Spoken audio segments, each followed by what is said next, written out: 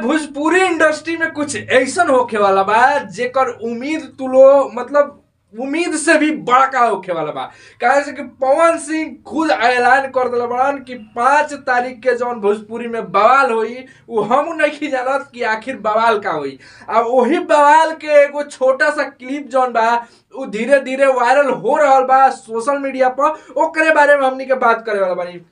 सब केहू के भैया पता होई जे पावर स्टार पवन सिंह के फैन है कि 5 जनवरी के पावर स्टार पवन सिंह के बर्थडे आवेला। आ हर बर्थडे के भैया पावर स्टार पवन सिंह एकदम कमाल करेलन आ कमाल कमाल के वीडियो लेके आवेलन। आ पावर स्टार पवन सिंह एक दिन कॉलर रहलन कि भोजपुरी में हम उसको नचाएंगे जिसको आप लोग सोचे नहीं होंगे। ठीक है, तो पवन सिंह ये मेरा क्या करे वाला बाड़न, माने वीडियो तो वायरल होता वैसे देखने में लगा था कि पूरा एकदम बजट झोंका गई बा। तो एक बार भैया रौरा का कहम कि पावर स्टार पवन सिंह के एगो बर्थडे के दिन बवाल। अभी देखो बर्थडे के इवेंट तो दोसर हुई लेकिन गाना जब बर्थडे के आवेला आज तक ले बाजे तब 5 के नाचे हुई है। यही पर भैया रौरा का कहम। सबसे पहले जितना लोग देखा था सबके प्रणाम है भैया। देखी पावर स्टार पवन सिंह के बर्थडे 5 तारीख के बा। भैया एक बात कहनी है, 5 के नाचे यही गाना बहुत बड़का गाना बा, बहुत ब्लास्ट गाना बा।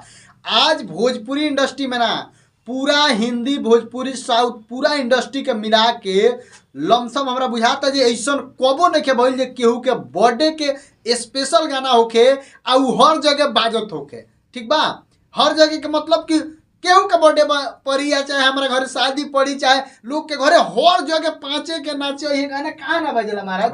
ऑर्केस्ट्रा में चाहे हर जगह जहाँ भी मूड वाला व्यवस्था जहाँ रहेला यानी डांस मूड के लोग रहेला वो जी 5 के नाचे ये बाजेला। तो देखिए पावर स्टार पवन सिंह जब भी प्लान करेले जब भी रुक के जब वार करेले न तो गार्दा करेले। बाकी ये मेरा तो बात पावर स्टार पवन सिंह के बर्थडे के special power star Pawan Singh के अपना के देखी पावर स्टार पवन सिंह के इवेंट तो बहुत ज्यादा होला बहुत अच्छा लेकिन ऐसा भाई बनू कि जब जब उनकर गाना आयल बा बर्थडे के दिन के सब गाना जौन देख लो कि ऑर्केस्ट्रा में एहू घड़ी बाजेला। ठीक बा, तो इहो गाना जौन आवे वाला बा वो गाना एकदम बवाल कमाल होखे वाला बा। देखिए सबसे पहले हम बता दी कि पावर स्टार पवन सिंह के ई गाना जेंगा 5 के नाचे यह उ गाना रहे वही ये गाना के भी तैयारी हो रहा बा बहुत जोरों शोर से।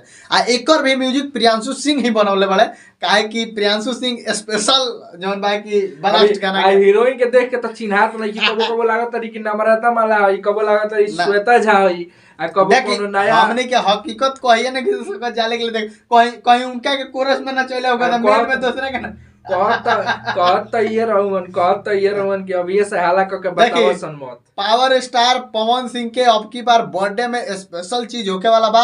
अब की बार हमने के भी मौका मिले वाला बा भैया के बर्थडे सेलिब्रेट करे। एगो बात हम बता दी, चली पवन तो रोकी कवन यही के साथे वीडियो के एंड करिए। अपन विचार पवन के गुंडा अपन विचार जोन बा अपन कमेंट बॉक्स में जरूर दियो। बाकी मिलता नहीं सोन अगला वीडियो में।